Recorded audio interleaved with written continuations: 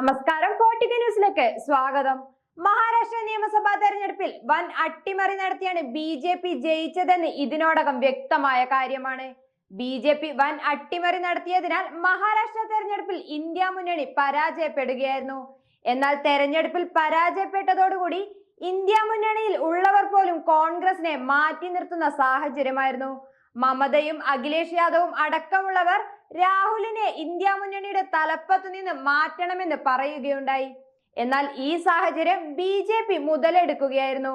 അതിന്റെ ഭാഗമായി BJP പുതിയ രാഷ്ട്രീയ തന്ത്രങ്ങൾക്ക് തുടക്കമിടുകയും ചെയ്തു. വലിയ ഓഫറുകൾ നൽകി ശരത് പവാറിനെ BJPയിലെത്തിക്കാനുള്ള നീക്കമായിരുന്നു BJP നടത്തിയത്. അതിനുവേണ്ടി കേന്ദ്രമന്ത്രി പദവിയായിരുന്നു സുപ്രിയ സുലെക്ക് BJP അന്ന് ഓഫർ ചെയ്തത്.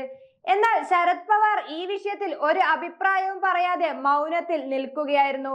ശരത് പവാറിന്റെ മൗനത്തെ വളച്ചൊടിച്ച് ശരത് പവാർ BJPയിലേക്ക് എന്ന രീതിയിൽ മാധ്യമങ്ങൾ വാർത്തകൾ വരെ വന്നു. എന്നാൽ ഇപ്പോൾ രാഹുൽ ഗാന്ധിയുമായി പത്രസമ്മേളനത്തിൽ പങ്കെടുത്തിരിക്കുകയാണ് സുപ്രിയ സുലെ. BJP മഹാരാഷ്ട്രയിൽ നടത്തിയ അട്ടിമറിയെ കഴിഞ്ഞ ദിവസം പാർലമെന്റിൽ വെച്ച് രാഹുൽ ഗാന്ധി ശക്തമായി ആരോപിച്ചിരുന്നു. BJP നടത്തിയ അട്ടിമറിയുടെ കണക്കുകൾ നിരത്തുകയായിരുന്നു വാർത്താ സമ്മേളനത്തിലൂടെ രാഹുൽ ഗാന്ധി. അതേസമയം മഹാരാഷ്ട്രയിലെ NCP ശരത് പവാർ വിഭാഗം തോൽക്കാനുള്ള കാരണം പാർട്ടിയുടെ ചിഹ്നത്തിലുള്ള ആശയക്കുഴപ്പമാണെന്ന് ചൂണ്ടിക്കാണിച്ചുകൊണ്ട് ബാലറ്റ് പേപ്പറിലേക്ക് തിരികെ വരണമെന്ന് ആവശ്യപ്പെടുകയാണ് സുപ്രിയ സുലെ. തങ്ങളുടെ പാർട്ടിയുടെ ചിഹ്നം മാറ്റാൻ നിരവധി തവണ തങ്ങൾ അഭ്യർത്ഥിച്ചിട്ടുണ്ടെന്നും എന്നാൽ അതെല്ലാം തെരഞ്ഞെടുപ്പ് കമ്മീഷൻ അവഗണിക്കുകയായിരുന്നെന്നും അവർ പറഞ്ഞു. തെരഞ്ഞെടുപ്പ് കമ്മീഷൻ നീതി പുലർത്തണമെന്ന് മാത്രമാണ് തങ്ങൾ ആവശ്യപ്പെടുന്നതെന്നും സുപ്രിയ സുലെ വാർത്താ സമ്മേളനത്തിൽ പറയുകയുണ്ടായി. ആ വീഡിയോ ദൃശ്യങ്ങളിലേക്ക് പോകാം. अलग मुद्दे कहना चाहती हूँ. राहुल जी और संजय जी ने कहा, उसके बाद दो चीज़ें मायने रखती है. एक तो मेरे जो सांसद में धैर्यशील मोहिते जी जो यहाँ आए हुए हैं, वो माड़ा लोकसभा से चुन के आए. उनके ही सोलापुर ज़िले में उत्तम जानकर जी इस बार हमारे विधायक बन के आए. उत्तम जानकर जी सोलापुर डिस्ट्रिक्ट से चुन के आए. उनका कहना है कि उनको वोटिंग जो हुआ है मरकटवाड़ी, आप सब ने बहुत उस पर TV पे भी कवरेज दिया था, उसमें उनका मानना है कि वो चुन के आए हैं लेकिन उनको जो वोट पड़ने चाहिए वो नहीं मिले हैं. तो वो फिर से जीते हैं, फिर भी री इलेक्शन चाहते हैं और कह रहे हैं कि बैलेट पे लिया जाए.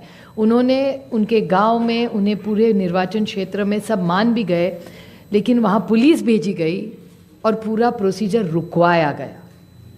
तो वो इतना हमारी सब मांग है वहाँ की, उत्तम जानकर जी और धैर्यशील मोहिते जी उनके एरिया में, कि बैलेट पे फिर से वोटिंग लाया जाए, मशीनें बंद की जाए.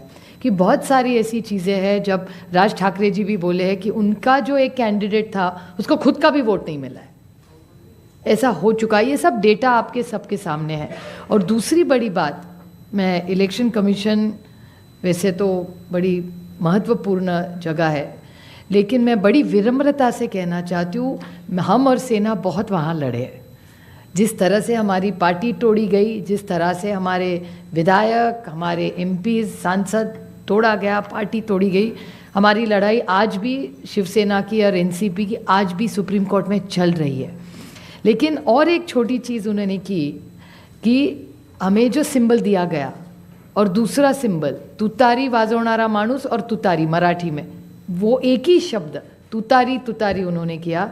और इसी सरकार के एक बड़े मंत्री है आज सरकार में, उन्होंने कहा था, जो आप सब ने मराठी चैनल्स ने दिखाया था, कि सातारा की सीट NCP हार गई क्योंकि ये ट्रम्पेट और तुतारी थी, नहीं तो BJP का वो सांसद हार जाता. ये सिर्फ मैं नहीं कह रही हूँ, इस सरकार के एक बड़े नेता कह रहे, जो मराठी चैनलों ने दिखाया आज सरकार में है महाराष्ट्र में.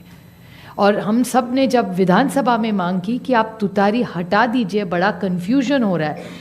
हमारी 11 सीटें ऐसी है, इस कन्फ्यूजन में हम हार गए.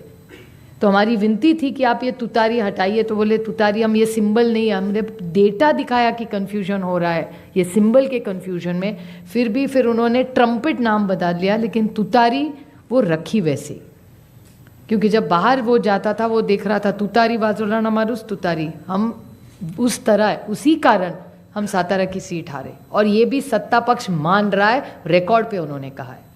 तो ये कैसे चलेगा? ये वोटर्स लिस्ट है, ये मल्टी फैक्टर अटैक है।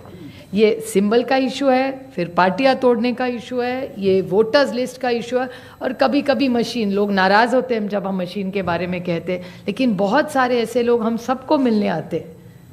तो ये मल्टी प्रोंग अटैक हो रहा है। और अगर एक सशक्त लोकतंत्र रखना हो तो फेयर इलेक्शन तो होना ही है। हारने का कोई दुख नहीं है, जीते हारे जनता तय करती है। हम तो जीत के आए दोनों, धैर्यशील जी आए, बट बड़ी विनम्रता से हम कहना चाहते हैं कि इलेक्शन कमीशन ये फेयर होना चाहिए, इतनी हमारी मांग है। और जो हमें जो लोटस लिस्ट फोटो सब मांग रहे बस हमें दे दे, बाकी हम लोग क्या मांग रहे हैं? एक सशक्त लोकतंत्र में इलेक्शन कमीशन का रोल बहुत जिम्मेदारी का होता है। जिस संविधान के बारे में हम लड़ रहे हैं, राहुल जी बड़ी ताकत से उसके लिए लड़ रहे हैं। आप देख रहे हैं पार्लियामेंट में क्या हो रहा है।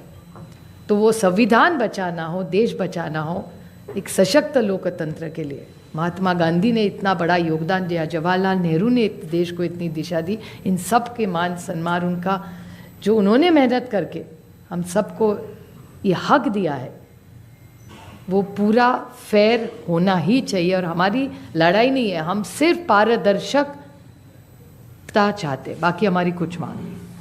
धन्यवाद सुप्रिया जी। अब मैं, क्योंकि तीनों को जाना है तो कम सवाल लेंगे। ANI